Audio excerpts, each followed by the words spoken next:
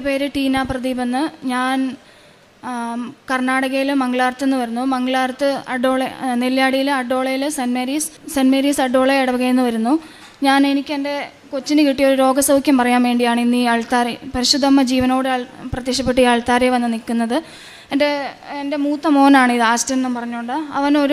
പെട്ടെന്നൊരു ദിവസം ഒരു പനി വന്നായിരുന്നു. പനി വന്ന് ആദ്യം ഞങ്ങൾ ഹോസ്പിറ്റലിൽ കൊണ്ടുപോയപ്പോൾ അവർ പറഞ്ഞു കുഴപ്പമൊന്നുമില്ല, ചെറിയ പനിയാണ്, നോർമലേ ഉള്ളൂ, പൊക്കോളാൻ പറഞ്ഞു. അപ്പോൾ അവിടെ നിന്ന് ആൻറ്റിബയോട്ടിക് വന്നു, അങ്ങനെ തിരിച്ചു വന്നു. അത് കൊടുത്തു. 2 ദിവസം കഴിഞ്ഞ് കുറവുണ്ടായിരുന്നു. അത് 2 ദിവസം കഴിഞ്ഞ് പിന്നെ ഇവന് ഇതുപോലെ പനി വന്നപ്പോൾ നമ്മൾ ആ ഹോസ്പിറ്റലിൽ വീണ്ടും പോയപ്പോൾ അവർ പറയുന്നു അത് ടൈഫോയിഡിൻ്റെ ആരംഭം, കുഴപ്പമൊന്നുമില്ല എന്ന് പറഞ്ഞു. അപ്പോൾ ഡോക്ടർ പറഞ്ഞു ഇപ്പോൾ ഇവിടെ പറ്റിയല്ല, നിങ്ങൾ നാളെ പീഡിയാട്രിഷനെ കൊണ്ടുപോയി കാണിച്ചാൽ മതി എന്ന് പറഞ്ഞു. അപ്പോൾ ശരിയെന്ന് പറഞ്ഞു. അവിടുന്ന് തിരിച്ചു വന്നു. ആ രാത്രിയിൽ കൊച്ച് ബെഡിൽ കിടന്ന് ഫുള്ള് അവനെന്തോ ഒരുമാതിരി പിടിച്ച് പിടിക്കുമായിരുന്നു. നമുക്കറിയില്ല പനി കൂടിയിട്ട് ഇങ്ങനെ ആയതാണ്.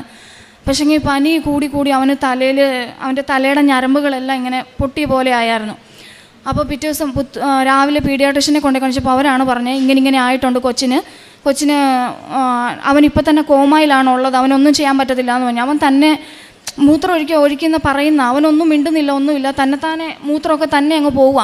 അപ്പോൾ എന്നാടാന്ന് ചോദിക്കുമ്പോൾ ഒന്നും മിണ്ടുന്നുമില്ല, ഒന്നുമില്ല. അപ്പം നമ്മൾ അവിടുന്ന് പെട്ടെന്ന് മംഗലാർത്ത് കേസകടെ കൊണ്ടുപോവുകയാണ്. അവിടെ ആശുപത്രി കൊണ്ടുപോയി കഴിയുമ്പോൾ ഡോക്ടർമാർ കണ്ടു കഴിഞ്ഞപ്പോൾ പറഞ്ഞു അയ്യോ ഇതിപ്പോൾ ഒന്നും ചെയ്യാൻ പറ്റത്തില്ല, കൊച്ച് അങ്ങോട്ടുമല്ല ഇങ്ങോട്ടുമല്ല, 50% നിങ്ങൾക്ക് കിട്ടുകയുള്ളൂ, തിരിച്ചു കിട്ടുകയുള്ളൂ എന്ന് പറഞ്ഞു. അത് കഴിഞ്ഞപ്പോൾ നമ്മൾ അവിടെ ഇങ്ങനെ എന്നിട്ട് സ്വാതി റാവു എന്ന് പറഞ്ഞുകൊണ്ട് ഒരു മെയിൻ ഡോക്ടറായിരുന്നു. ആ ഡോക്ടർ പെട്ടെന്ന് വെന്റിലേറ്റർ സപ്പോർട്ടോടുകൂടി എന്നെ വെന്റിലേറ്റർ ഇട്ടു. 21 ദിവസം വെന്റിലേറ്ററിലുണ്ടായിരുന്നു. അപ്പം നമ്മളെല്ലാവരോടും കരഞ്ഞ് പ്രാർത്ഥിക്കാനായിട്ട് പ്രാർത്ഥന സഹായം ഇട്ടു. അത് കഴിഞ്ഞപ്പം പറഞ്ഞു കൃപാസനം പോയി ഉടമ്പടി എടുക്കുമെന്ന് പറഞ്ഞു.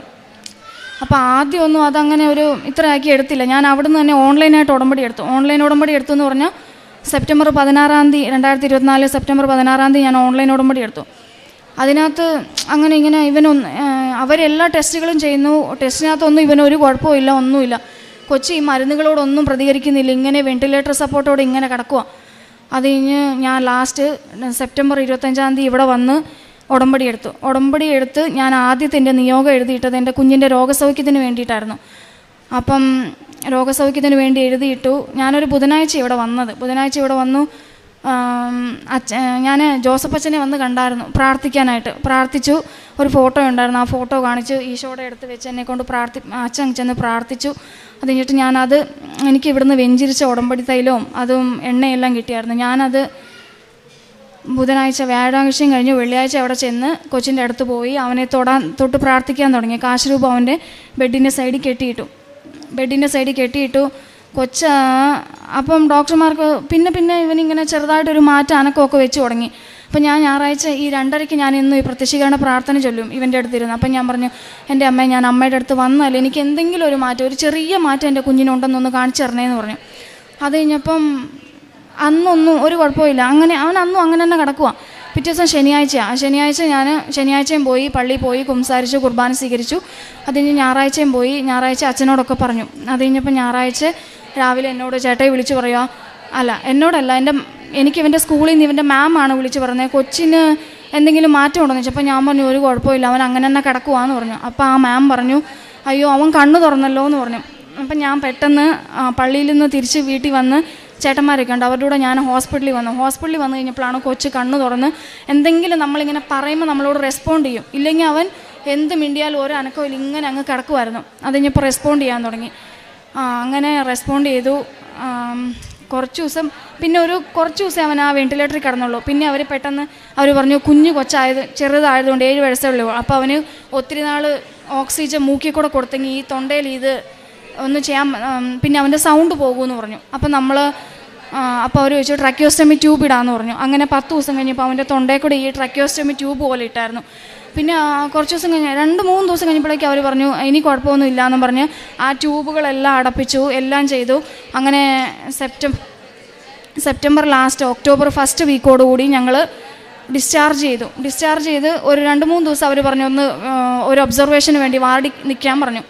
അങ്ങനെ ഒബ്സർവേഷന് വേണ്ടി 2-3 ദിവസം വാർഡിൽ കിടന്നു കഴിഞ്ഞപ്പോൾ അവന് പിന്നെ ചെറുതായിട്ടൊരു പനി വന്നെന്ന് പറഞ്ഞാൽ അത് അവൻ ഈ നട്ടലിൻ്റെ ഇവിടെ അവർ ഈ MRI സ്കാനും അത് ഇത് ചെയ്തുകൊണ്ട് അവൻ്റെ ഈ എല്ലിൻ്റെ ഈ സൈഡിൽ നിന്നൊരു പഴുപ്പ് പോലെ വന്നായിരുന്നു. അപ്പോഴും ഞാൻ അമ്മയോട് കരഞ്ഞ് പ്രാർത്ഥിച്ചു. അവൻ്റെ ഉടമ്പടി തൈലം എല്ലാം തൂത്തു. ഉപ്പ് കൊടുക്കാൻ പറ്റില്ല. എന്നാന്ന് പറഞ്ഞാൽ അവൻ അന്നേരം വായിക്കൂടെ ഒന്നും കൊടുക്കുന്നില്ലായിരുന്നു. പിന്നെയാണ് ഈ വായിക്കൂടെ കൊടുക്കാൻ തുടങ്ങിയത് അവനെ. അത് കഴിഞ്ഞപ്പോൾ പിന്നെ തൈലം തൂത്ത് പ്രാർത്ഥിച്ചതിൻ്റെ ഫലമായിട്ട് അവൻ പിന്നെ ആ റിപ്പോർട്ട്സ് വന്നത് അതിനകത്തൊന്നും അവനൊരു കുഴപ്പമില്ല. ഇപ്പോൾ ഡോക്ടർമാർ പറഞ്ഞ അവനൊരു കുഴപ്പമില്ല, ഒന്നുമില്ല. നിങ്ങൾ അതെന്നാ അവർ ഡോക്ടർ ലാസ്റ്റ് ഡിസ്ചാർജ് ചെയ്ത് പോകുമ്പോൾ ലോബോ ഡോക്ടർ ഞങ്ങളോട് പറയുക, കൊച്ചിന് എങ്ങനെ എന്ത് വന്നെന്ന് ഞങ്ങൾക്കറിയില്ല, അവൻ എന്നാ പറ്റിയെന്ന് അറിയത്തില്ല, അവൻ എങ്ങനെ റിക്കവറായി ഇത്ര പെട്ടെന്ന് പോയി. ഇവനെപ്പോലെ അവിടെ വന്ന വേറെ പിള്ളേരൊക്കെ ഒരു കൊച്ച് 1 മാസത്തോളം വെന്റിലേറ്റർ ഒരു അനക്കം ഇല്ലാണ്ട് കിടന്നെന്നാണ് പറഞ്ഞത്. പക്ഷേ ഇവൻ എത്രയോ പെട്ടെന്ന് ചാടി വെച്ചു. പക്ഷേ ഇവനോട് പിന്നെ നമ്മൾ റിക്കവറായി വന്നു കഴിഞ്ഞപ്പം ചോദിച്ചു കൊച്ചിന് എന്നാ ആയിരുന്നു. അപ്പോൾ അവൻ പറഞ്ഞു, മമ്മി നമ്മുടെ അവിടെ എൻ്റെ ചേച്ചിയുടെ വീട്ടിലിങ്ങനെ ഒരു മാതാവിൻ്റെ രൂപം വെച്ചിട്ടുണ്ട്, കുഞ്ഞൊരു രൂപം.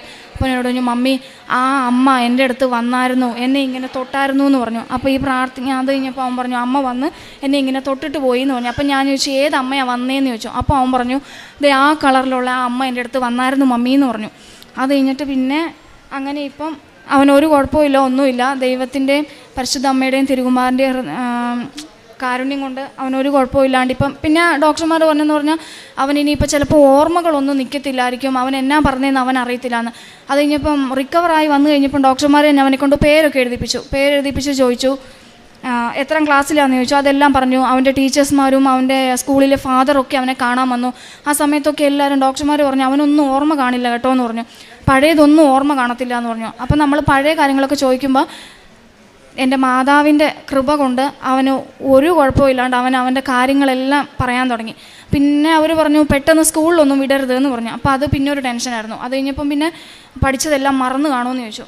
മറന്നു പോയി കാണുമെന്ന് അവർ പറഞ്ഞു. നമ്മളപ്പം സെപ്റ്റംബർ ഒക്ടോബർ നവംബർ ഡിസംബറിൽ സ്കൂളിൽ വിടാൻ തുടങ്ങി. ഡിസംബർ ലാസ്റ്റ് ജനുവരി 1 സ്കൂളിൽ വിടാൻ തുടങ്ങി. അവൻ സ്കൂളിൽ പോയി ഇപ്പം 2 ജയിച്ചു, 3 കയറി. അവന് യാതൊരു പ്രശ്നങ്ങളാട്ടെ ഒന്നുമില്ല. പിന്നെ ഞാൻ പ്രേക്ഷിത പ്രവർത്തനം എന്ന് പറഞ്ഞാൽ എനിക്ക് ആ സമയത്തൊന്നും ചെയ്യാൻ പറ്റിയില്ലായിരുന്നു. അത് കഴിഞ്ഞ് പിന്നെ വീട്ടിൽ വന്നു കഴിഞ്ഞപ്പോൾ ഞങ്ങൾ അവിടെ ഞങ്ങളുടെ വീടിൻ്റെ കുറച്ചപ്പുറം ഒരു അനാഥ മന്ദിരമുണ്ട്, അവിടെ പോവുകയും അവർക്ക് ഫുഡ് കൊടുക്കുകയും പിന്നെ നമ്മുടെ ഡ്രസ്സുകളൊക്കെ ഉണ്ടെങ്കിൽ അതൊക്കെ കൊണ്ടുപോയി കൊടുക്കുകയും അങ്ങനെയൊക്കെ ചെയ്യുന്നുണ്ടായിരുന്നു. പിന്നെ എൻ്റെ പത്രം ഞാൻ അപ്പം എനിക്ക് ഹോസ്പിറ്റലിൽ വെച്ച് ഒന്നും ചെയ്യാൻ പറ്റുന്നില്ലായിരുന്നു. ഞാൻ ഇവനെ ഇങ്ങനെ നോക്കുമായിരുന്നു. അത് കഴിഞ്ഞ് ഞാൻ അവിടുന്ന് വന്നതിന് ശേഷം എൻ്റെ പത്രങ്ങളെല്ലാം കൊടുത്തു തീർത്തു. അത് കഴിഞ്ഞ് പിന്നെ പത്രം എല്ലാം കൊടുത്തു തീർത്തു. ആത്മീയമായിട്ടെന്ന് പറഞ്ഞാൽ ഞങ്ങൾ കൊന്ത ചൊല്ലാറില്ല, ജസ്റ്റ് പ്രാർത്ഥിക്കുക, 1/2 മണിക്കൂർ പ്രാർത്ഥന മാത്രമേ ഉണ്ടായിരുന്നുള്ളൂ. ഇനിയിപ്പോൾ ഞങ്ങളിപ്പോൾ ഡെയിലി കൊന്ത ചൊല്ലാൻ തുടങ്ങി. പിന്നെ 1/2 മണിക്കൂറുള്ള ബൈബിൾ വായന അതുകൊണ്ട് ഒരു ദിവസം പോലും മുടങ്ങാതെ വീട്ടിൽ പ്രാർത്ഥനയുണ്ട്. ഇത്രയെല്ലാം ചെയ്തു തന്ന ഈശോയ്ക്കും തിരുകുമാരനും എൻ്റെ പരിശുദ്ധ അമ്മയ്ക്കും 1000 നന്ദി പറയുന്നു. സങ്കീർത്തനങ്ങൾ 66:9. അവിടുന്ന് നമ്മുടെ ജീവൻ കാത്തു പാലിക്കുന്നു, നമ്മുടെ കാലിടറാൻ അവിടുന്ന് സമ്മതിക്കുകയില്ല. ടീന എന്ന് പറഞ്ഞ ചേച്ചി ഇപ്പം നമ്മളോട് പറഞ്ഞത്, ചേച്ചിൻ്റെ മോന് ബ്രെയിൻ ഫീവറായിട്ട് 21 ഡേയ്സ് വെൻറ്റിലേറ്ററിലായിരുന്നു. ചേച്ചി വന്ന് ഇവിടെ തീർത്ഥാടന ഉടമ്പടി എടുക്കുകയും അച്ഛനെ കണ്ട് പ്രാർത്ഥന സഹായം മേടിക്കുകയും ചേച്ചിക്ക് തീർത്ഥാടന ഉടമ്പടിയിലൂടെ കിട്ടിയ നേർച്ച വസ്തുക്കളായ ഉടമ്പടി തൈലം ഉപയോഗിച്ച് ആ കൊച്ചിൻ്റെ ദേഹത്തിൽ പുരട്ടി പ്രാർത്ഥിക്കുകയും അതിലൂടെ ആ കൊച്ച് കണ്ണു തുറക്കുകയും വെൻറ്റിലേറ്ററിന് വേഗം സുഖപ്പെടാൻ സാധിച്ചു. ഈ കുടുംബത്തെ അമ്മയുടെ പ്രത്യക്ഷീകരണത്തിന് സാക്ഷ്യം ഉയർത്തിയതിന് നമുക്ക് കൈയടിച്ച് മാതാവിനും ഈശോയ്ക്കും നന്ദി പറയാം. അത്യപൂർവ ദൈവാനുഭവങ്ങൾ ഇനി നിങ്ങൾക്കും സ്വന്തം. ഈ യൂട്യൂബ് ചാനൽ ഇതുവരെ സബ്സ്ക്രൈബ് ചെയ്തിട്ടില്ലെങ്കിൽ ഇപ്പോൾ തന്നെ സബ്സ്ക്രൈബ് ചെയ്യുക. ഈ വീഡിയോ ഇപ്പോൾ തന്നെ നിങ്ങളുടെ സുഹൃത്തുക്കൾക്ക് ഷെയർ ചെയ്തുകൊണ്ട് കർത്താവിൻ്റെ പ്രേക്ഷിതരാകുക.